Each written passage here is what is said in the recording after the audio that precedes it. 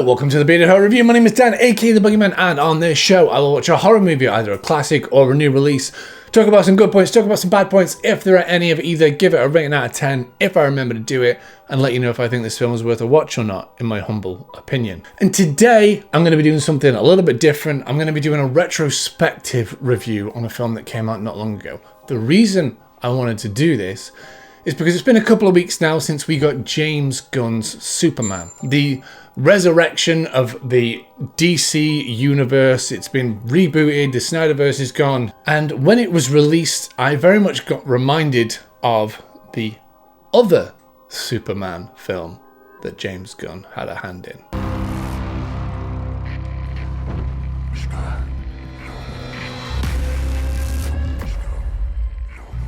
Brightburn was released in 2019 and James Gunn was a producer on this. It was written by Mark Gunn, Brian Gunn, and David, I can't say this, what does it say? Yurovsky. I can't say it, I'm sorry if that sounded awful. But yeah, so it was written by Gunn's siblings, produced by him, and it is a film basically about the Superman origin. A family that live on a farm, a man and wife, can't seem to have a baby, and one night, a pod crash lands on their farm.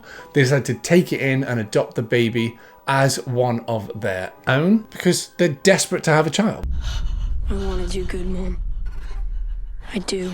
Skip to 12 years later, and it is the boy's birthday. His name's Brandon Breyer, and on his 12th birthday, his powers kick in and bad things happen. This film is purposefully mimicking the origin story of Superman, Clark Kent.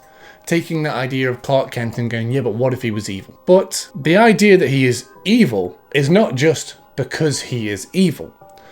It is very subtle in the way that it portrays this boy and why he is the way he is. Now, if you've ever watched Superman, read a Superman comic, I've got a bunch in a box somewhere. I used to love reading comic books, and I was a big fan of superhero films up until about, 3 or 4 years ago when they all went to shit. No. But one of the main reasons for Superman Clark Kent's moral compass is because of his parents. They raised him to be concerned about the other people, those who are less fortunate than him, that don't have the gifts that he has. Especially his father really instilled this sense of purpose and responsibility into him. And, he's a young kid, he can do all these amazing things, he lives in this small town, and he goes on to be, smart and successful, and he's handsome. Take Brandon Breyer, and the way that the film portrays how he is raised, and the things that he is going through, show that what could happen if you get this wrong. Now, that's not necessarily saying that the parents did a bad job, or that, anyone who has a hard time as a child turns out to be a monster. But it shows what can happen if you treat the wrong person in the wrong way. Before we carry on, guys, like I said, this came out in 2019, so I am going to say spoilers for this whole retrospective. But if you want to know now, I think this is a film that you should watch, especially if you like horror and the superhero genre. This is a great villain origin story, and it really is just a well-executed film.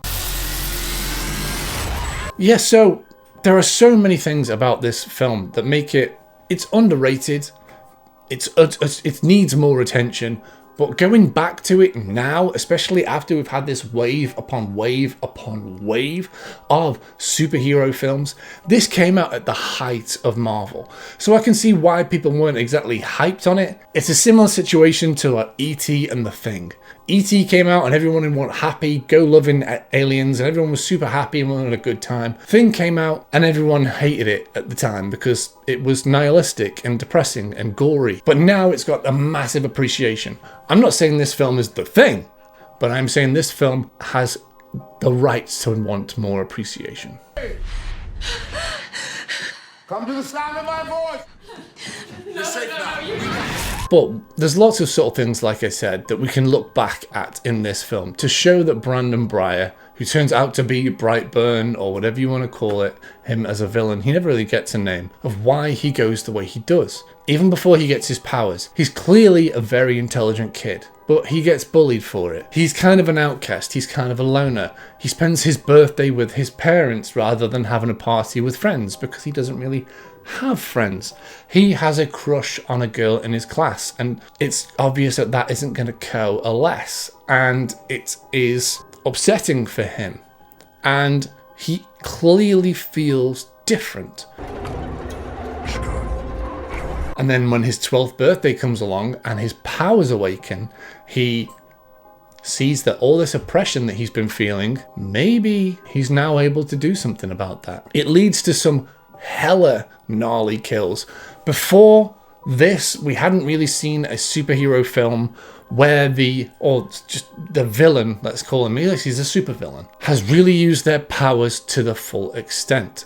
Because not only is Brendan Breyer indestructible, super fast, he can fly, he has heat vision.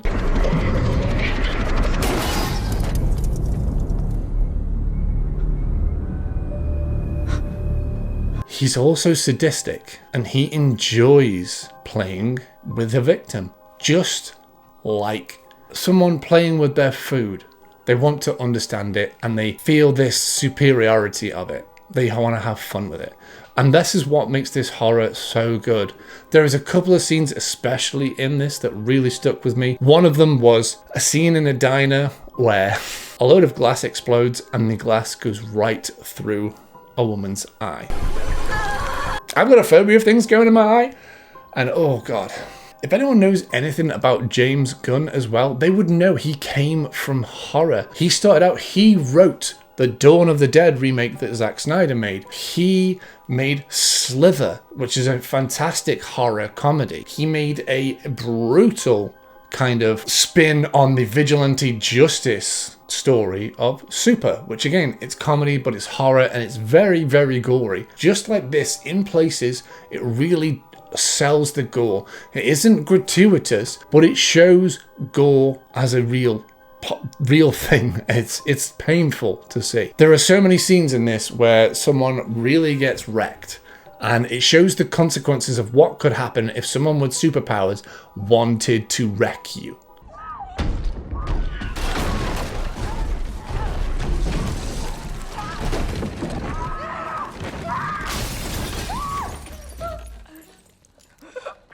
But it's not only that. The reason why Brendan Breyer has a downfall, in my opinion, is that he is treated like a normal 12-year-old. Whereas Clark Kent's parents treated him as special, but made him understand that that doesn't mean he's better and that his gifts should be used for good. Brendan Breyer is treated like a 12-year-old. His parents find that he has, lewd photographs of women under his bed, along with photos of human anatomy and other very strange pictures.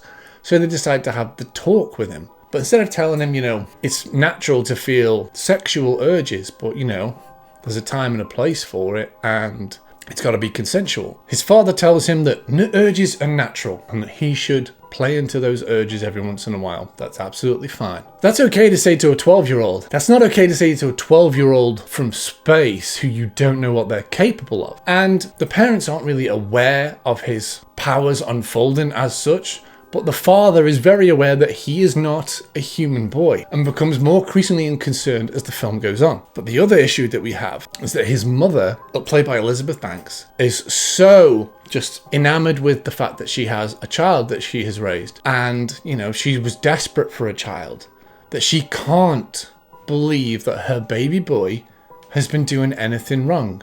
Accidents happen. He can't have been involved. I raised him.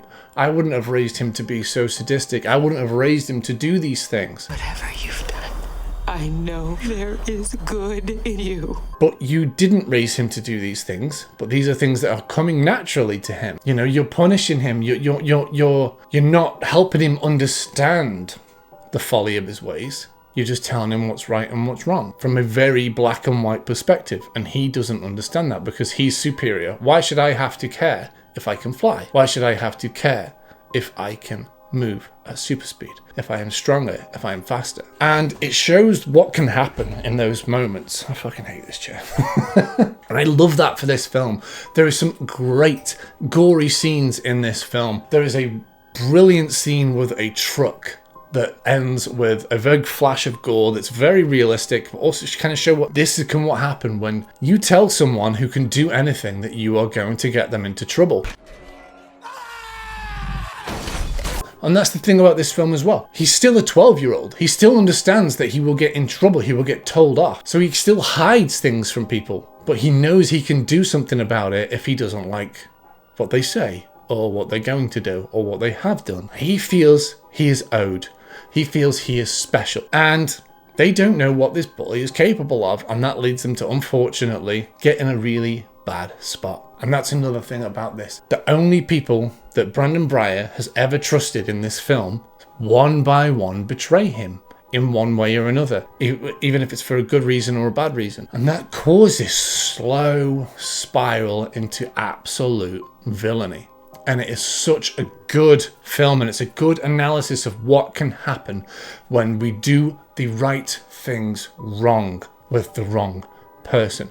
We say the wrong thing at the wrong time, or it's misconstrued, or it's misunderstood, or interpreted in a way that we weren't expecting. And it can lead to very painful and dangerous situations. No matter how close we are to these people and the connection that we may have built over the years, at the end of the day, Brendan Breyer knows he is not human. So he no longer feels that connection. There is stuff like, there's the space pod that he comes down in, activates, and this is what kind of leads this whole thing. It's a different language. It kind of instills a message within him. And that's the other thing. In Superman, why did I say it like that? In Superman, he is sent here because the world is dying. Krypton is dying, and he was a last hope. And he could hopefully bring good and keep Kryptonians alive. We don't know why Brandon Breyer is here until the pod tells him to take the world. 3 words, that's all he gets, take the world. What do we do when evil can't be stopped? What do we do when moral compass is no longer a factor because you can do anything and you can take whatever you want? What happens then? And this is what this film kind of shows with these super powered people. It shows what can happen if it goes wrong. And I love that. And there's some great scenes in it, and there's some great gore, and there's some fantastic acting. I really, really enjoy this film. This is one of the films that kind of showed me that Elizabeth Banks can actually do more than girly comedy kind of films. And it's a must watch, especially like I said, if you're a fan of superhero films and horror, I think you will love this film. It's really underappreciated, and now that James Gunn has his Superman film out, we should all go back and revisit this and see where it all started. Trust me, it's good.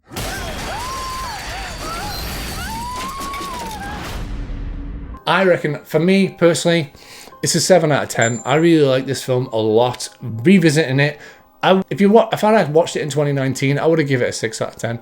But now, watching it with a little bit more of an eye on the superhero genre, it's bumped up just a little bit because I was so entertained by it when I watched it the other night again. I really kind of understood more of what was trying to be said. But have you seen Brightburn? Let me know what you think about it down in the comments below. And if you haven't watched it yet, please go and watch it. I recommend it highly. Don't forget to like and subscribe. It really helps out the channel when you do so. And head over to my Instagram and follow me over there. That's where I put up like updates about what's going on with the channel, and I will tell you what's coming up next. I'll even put polls up to say, hey, what do you want me to watch? And I will talk about it. But thank you very much, guys, and until the next time, happy watching.